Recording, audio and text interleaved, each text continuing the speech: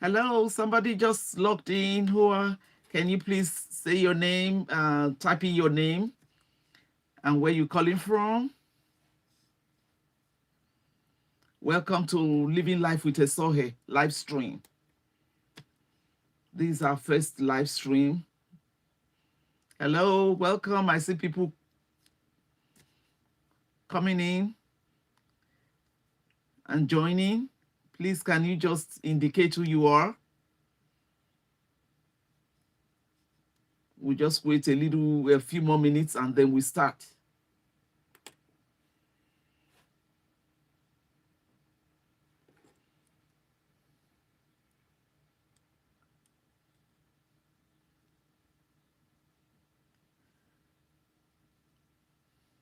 Hello, Mudia. Welcome back.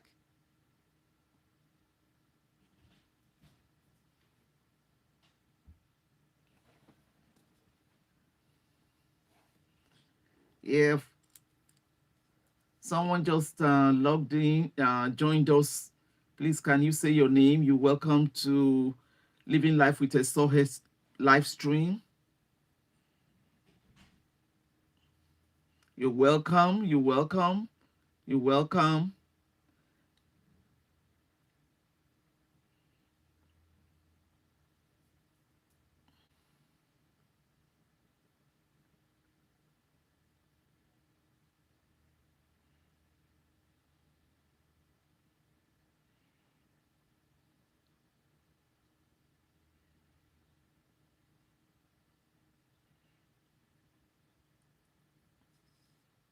Okay, I have four people in the house right now.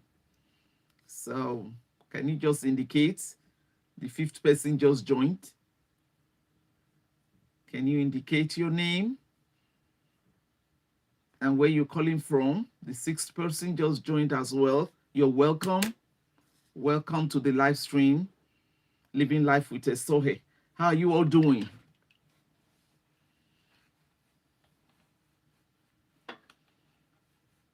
Happy Sunday to all of you.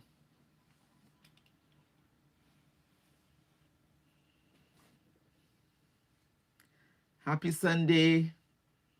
How are you doing? We just wait for a few more people to join and we'll start our topic for today. Marriage, are you ready?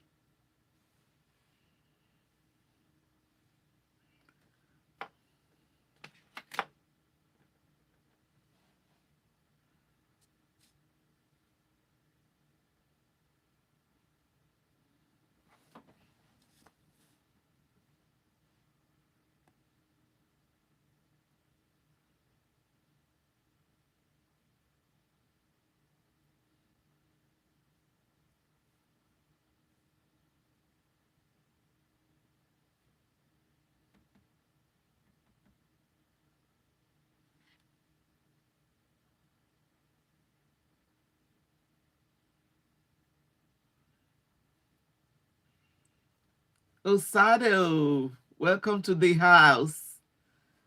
Welcome to the live stream. Welcome to the family. Live stream, Living Life with Esohe. How you are you all doing? We're just going to wait a few, about 2 more minutes and I will start. Our topic today is Living Life with Esohe. Our topic today, I'm sorry, is marriage. Are you ready? Living Life with Esohe, streaming now. You're welcome. How was your Sunday? How's your Sunday been?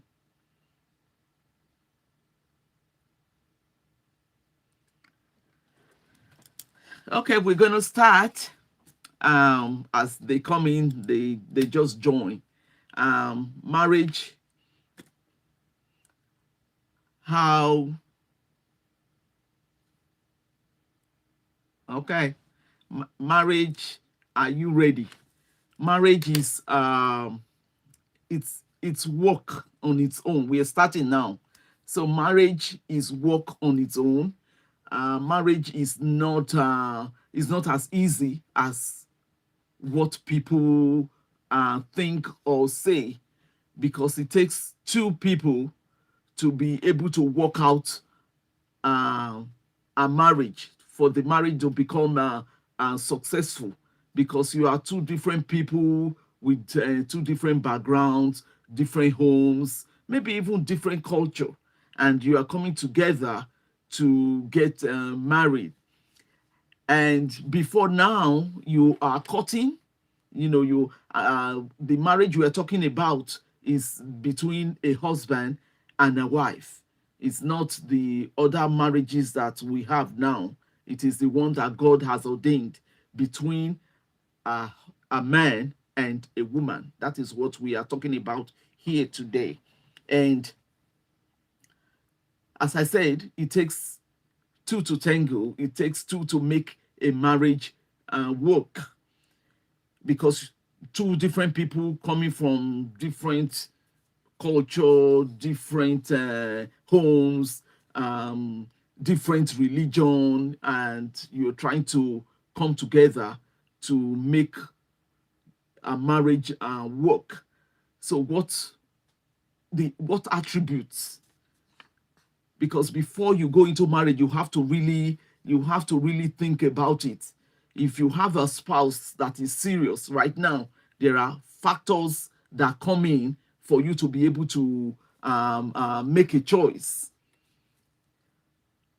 And those factors, it's it relates to the character of the other partner, the the way of life, their religion. If you are a Christian, you don't want to marry from another religion for it to be able to work effectively, because the two religions, or they work diversely, and it's going to create problem in the future. So the character is the most important one. Are you compatible? Are your ideas, your ideology, your focus in life, are they the same? And right now we're talking about the man and the woman. So it can be either of you.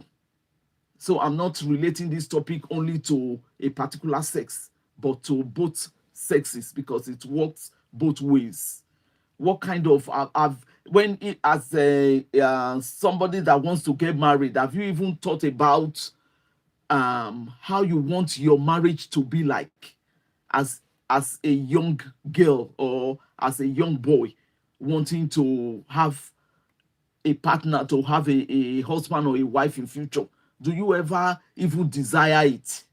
That is even the first thing. Do you desire marriage? If you don't desire marriage, then all that we are saying now is not going to work. So, because God hearkens to your heart desires. So if you desire marriage, and have you even thought about what kind of man, or what kind of husband, or what kind of wife do I even want? Have you even thought, sat down to puzzle, to think about it, to even say, okay, look here, what kind of partner do I even want in life? It is all those questions that you ask yourself that is going to make you, to go to know the type of a partner that you are going to choose. The very first time that you meet is lovey-dovey, love at first sight. Other things follow. And it is during this courtship, you might be beautiful, handsome, that is fine. I didn't say it's not good to be beautiful, or it's not good to be handsome, but the important thing is the inherent character of the person. It's good to look good. I mean, and that is what will first attract you to the person anyway. If the person looks good, I used to, tell my kids that anyway, especially the girls, that when you are going out, make sure that you look presentable. Don't just wear anything out, because you never know, you might meet your husband on the way. in the park or in the bus stop or wherever, in a party or wherever you go. So just make sure that you dress, beautifully. You looking presentable. Not really. I don't mean heavy dressing or heavy makeup on your face. No, you just look nice and cute. So I have just digressed, but coming back again, it is the character of the person that you are looking at. So when, after the lovey-dovey, the first stage of meeting, going out 1 or 2 dates, the next stage is, okay, is this going to go anywhere? You asking yourself, do you even like the person? The 1 or 2 days, the questions you have asked each other, and about your likes and what you like about yourselves. Do you think it's going to even go further? And then, of course, if the answer is yes, then you are moving forward. And then the courtship stage, you are now entering kind of, oh, okay, one of them, maybe the man has told you that, oh, I like you, let us take it to the next level and all that. The next stage is your courtship stage, which is very, very important. Your courtship stage is not something you should play with, because that is when you know each other. With your discussions, you put issues down, asking yourself questions, not where you go to, or where you are, what you are eating, or the hugs and the kisses after the date. That is not what you should be focusing on the courtship section. The courtship section, the courtship stage is about knowing each other more, looking at the red flags. Can I be with this man? Can I be with this woman? What are his ideas? What is his life aspiration? What is the person's life aspiration? Does he even have a goal? Does he even have a focus? What is his spiritual life? Does he have the fruit of the spirit? Is he loving? Is he respectful? Is he or she a kind person? Those are the things that you look out for during courtship. The red flags, and that's what is going to tell you whether you are going to decide whether to marry the person or not. But some people, they get the red flags, but they still believe that, oh, I can change him. Oh, my dear, there's nobody, you can't change anybody except God. And the person decides to change. And will you be able to stay the long time? Can you deal with that situation until God changes, or until the person decides to change when you enter into marriage? That is very important. So you don't say, oh, okay, for example, somebody that drinks, and then maybe, or even somebody that is into drugs. You found out later that the person is into one drug or the other. And then you will confront the person. The person will now say, it's both ways. And the person now say, oh, okay, I didn't know you don't like it. Okay, I'm going to change. I'm going to stop it and all that. That's a lie. The person is not going to stop or change. He will only just pretend until maybe you get into marriage and the person starts all over again to do it. So in your mind, as the other spouse, you should now ask yourself, can I deal with this till God have mercy on us? Because, here, I'm just saying this, all these things I'm saying, it's kind of out of experience. Because here I am a little naive 21-year-old girl running away from a broken home and entering, marriage, thinking that marriage is going to, is going to solve all my problems. At that time, I was not a born again Christian. At that time, I was not a welcome, Francis. I can see that you are online. Welcome. At that time, I was not a born again Christian. But I just went on like that. But thank God that I now knew Christ shortly after I got married. I became born again. Both of us, myself and my husband, were not born again. So it was a risk we were taking. God was just on our side. And then God, now I got born again, and prayerfully, the word of God taught me patience and to be prayerful in everything. And of course, by the special grace of God, because marriage is not easy, it became better and better and better. So, but you don't want to go through that route. You want to have, that is why you learn from people's experiences. You don't want to experience it yourself. So if you choose a right partner from the very beginning, and if you choose a right partner from your own perspective and from the other partner's perspective, it will become sweet from the very beginning. Apart from the courtship stage, the courtship stage in any relationship is sweet, but it's after that. So that courtship stage is where you choose the right person, which is very important. Are you ready?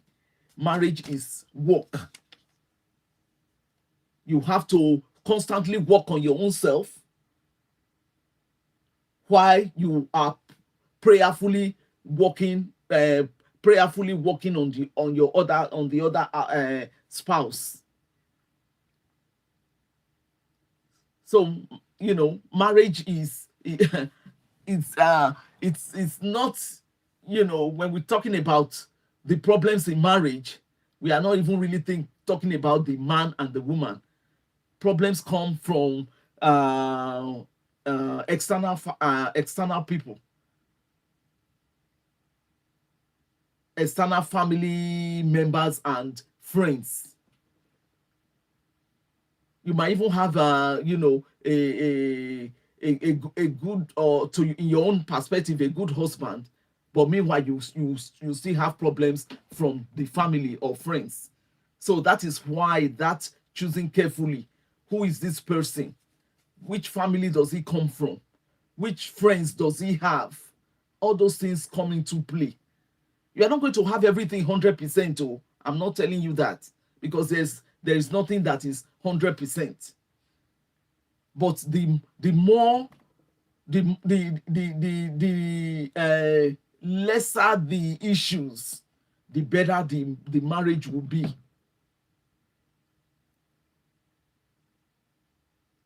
You cannot take God from your marriage. That's not, it's not, you cannot take God from your marriage, whether you are a Muslim or you are a Christian. You have to add God to your marriage. As I said before, you are two different people, two different homes, two different cultures, two different ideology, two different way of thinking. So God has to come in to repair and mold and help, So I have 2 other videos. I don't want to take too much of your time because we even started late. We had some technical problems with my laptop, so that's why I had to now switch to my cell phone. So I will fix that, in the next live stream. So I'm going to kind of stop here and listen to your comments. If you have comments, if you have questions, let us interact instead of me just talking and going on. If you have any question you want to ask, you can type it on, and then I will take it on from there. So you have to be ready for marriage. You don't just allow people to push you into marriage or rush you into marriage. Oh, your friend is already married. Oh, the other one is married. Yeah, why are you not married? No, everybody has his or her own destiny. Choose carefully. Be patient. Wait on the Lord until you get the one that you think you can live with. That is the most important thing. The person you can live with, because after the fanfare, after the wedding and everything, blah blah blah, it's now both of you that will now be left in the home to coexist. So you have to choose somebody that is wise, somebody that somebody that you can live with, you can be happy with. You have to choose that person, because it's not unless you just want to be hopping from one home to the other. So I need questions, comments, so I can answer. So who is coming first? Who is asking, making a comment first?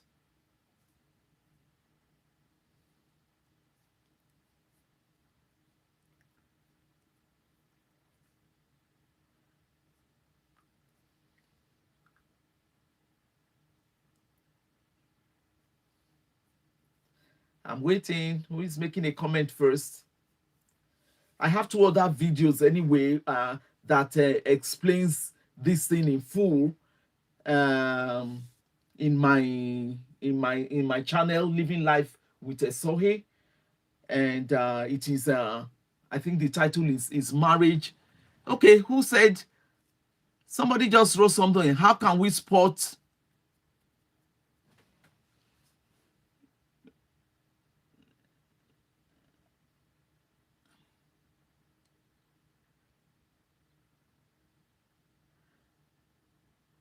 Yeah, can I didn't get that one.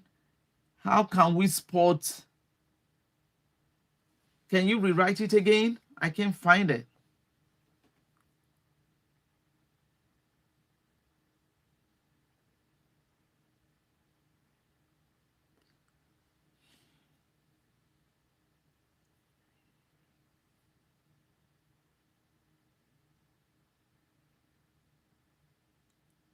Can you rewrite it again, please? I'm using my account as someone you are not supposed to be with. How can you spot a counterfeit? Okay. How can you spot a counterfeit? Somebody you are not supposed to be with.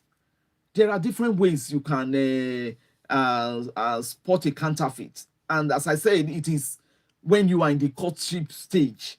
That is when you know it's a counterfeit. Because there will always be red flags. There will always be red flags. You have to be attentive. You have to have a discerning spirit. You have to be attentive when you are in those dates. Maybe a simple question like, oh, how's your, how are your sisters? Just a simple question like that, and then the person just goes on and on and on. Then something should tell you that, oh, something is not right here.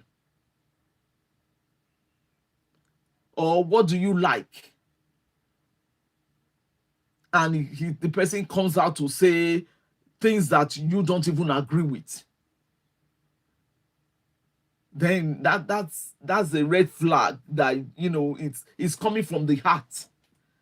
So to spot a counterfeit is what people do and say, because by their feet you can know them.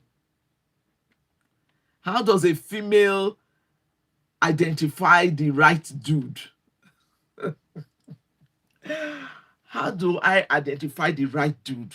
I identify the right dude from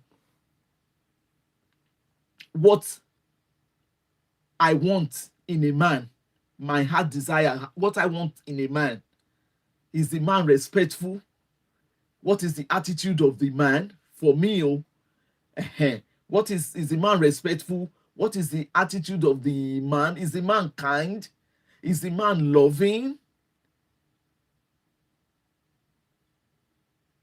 What are the ideas? Is the man having goals and aspirations? What kind of life will you have? Will you love to live with this man? If maybe out of your 100 questions, the person has passed 75 or 80, and then you think that the remaining 20 are not as important, they are not the important ones to you, then you have found the right dude. You will be able to, you will know in your spirit that you'll be able to live with such a man. And those right things are not frivolous things. Oh, they are not frivolous things that he has to be rich.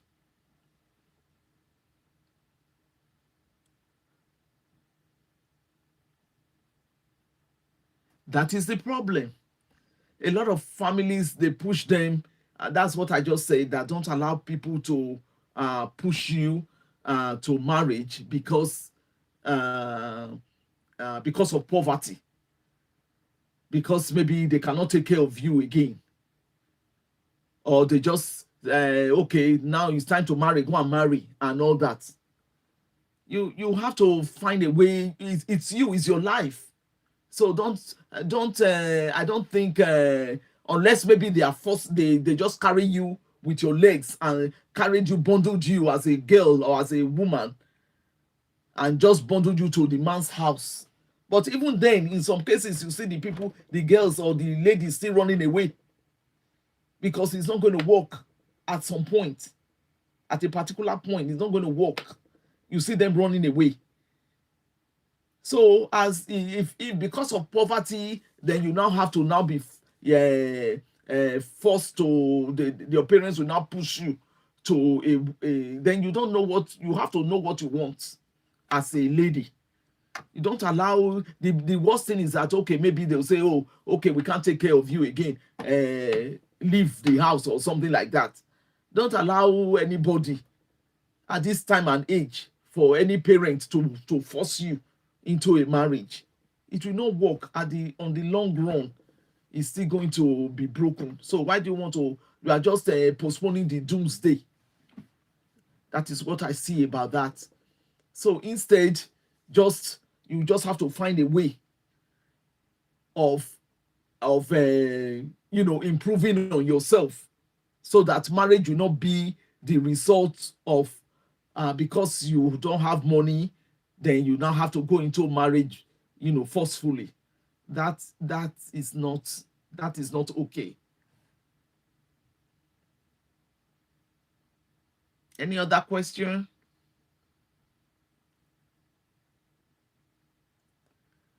As I said, there's nothing you will do without God. So you have to, with all this, you have to add God, to your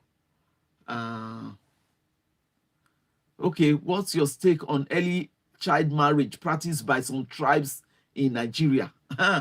My that one is even okay. Somebody else. I will answer the two questions. Esther said, "What is your take on early child marriage in Nigeria?" I have just kind of answered that question, because that is because of poverty. That is why they send their children for early child marriage, especially in the northern, some parts in the world. I don't want to say a particular country now. Some parts in the world, it is not right. We have to do away with that Instead, either you train your child and allow the child to choose his or to choose her partner, you know. So I am not in agreement with that at all, because you are postponing the doomsday, because the person doesn't love the man. It's just, you are just pushing the child to marry because of poverty. So the girl, I think if you leave the girl to live her life and cut her course, she will be able to make it in life and choose the right partner. Marriage is not the ultimate of life. Marriage is not the ultimate of life. Marriage does not define your destiny. You first had a destiny. God created you and brought you to the world. Before, there are certain things that should happen in your life before you now get to the marriage stage. God also created marriage, but then you don't, because of one thing, you are jumping the gun. Those parents are jumping the gun instead of looking after their child and making them somebody before they find the partner they will live with for life. They are jumping the gun. You don't want to look after your children, or maybe you are poor. Even if you are poor, eat anything you have, garri, or anything that with your child. Train your child. Your child knows that you are poor. So you train the child, whatever you can eat, whatever you can afford, you eat together until it's time for the child to be able to, and let the child go to school. Train the child. You have to train the child to go to school. Education is so important. If all those families can train those children, they won't have to force them into marriages, early marriages, because of poverty. Train your child even to the least level, even if it's to the first primary school, college. Here in where we come from, Nigeria, they call it college. Even if it's to college, train that child to that college. That's it, and the child will take up her life from there. You don't, even if you don't have money for university, it's not everybody that goes to university that becomes somebody. But train the child. That knowledge is important. That knowledge is very, very important for the child to be able to. That knowledge gives the child wisdom to be able to even enter the marriage with that. If you don't have wisdom and you just enter marriage, marriage is good, though. It's good, it's sweet if you are with the right partner, but it's horrible if you are not with the right partner. And the other question, what was the other question, Moody?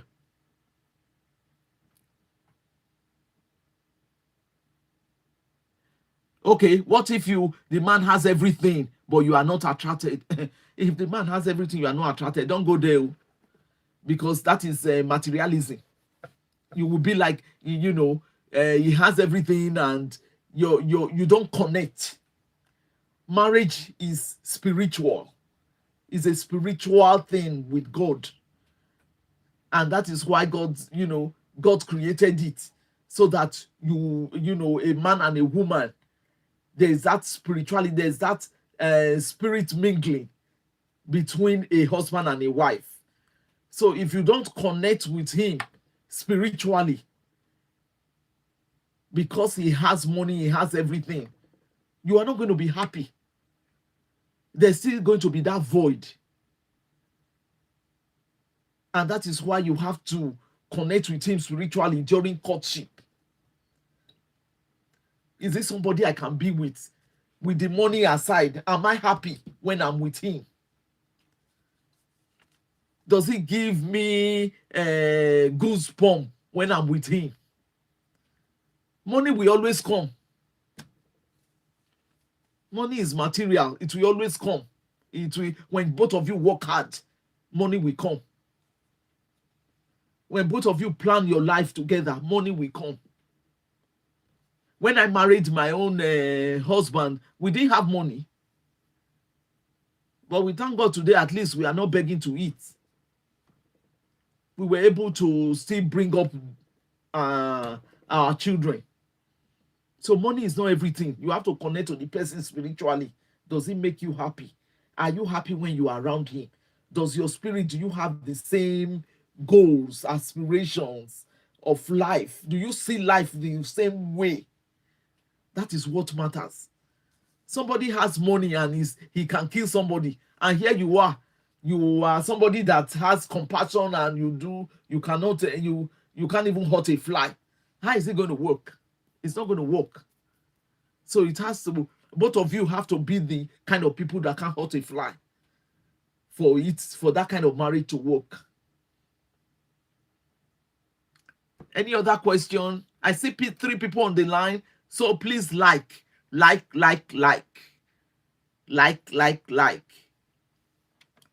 Any other question? I'm enjoying it too. I hope you guys are enjoying it.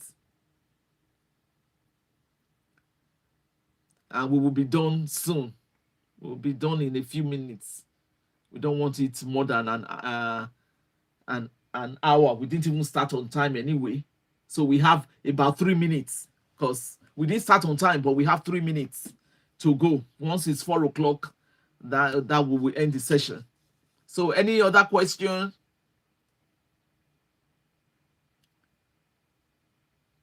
Any other question?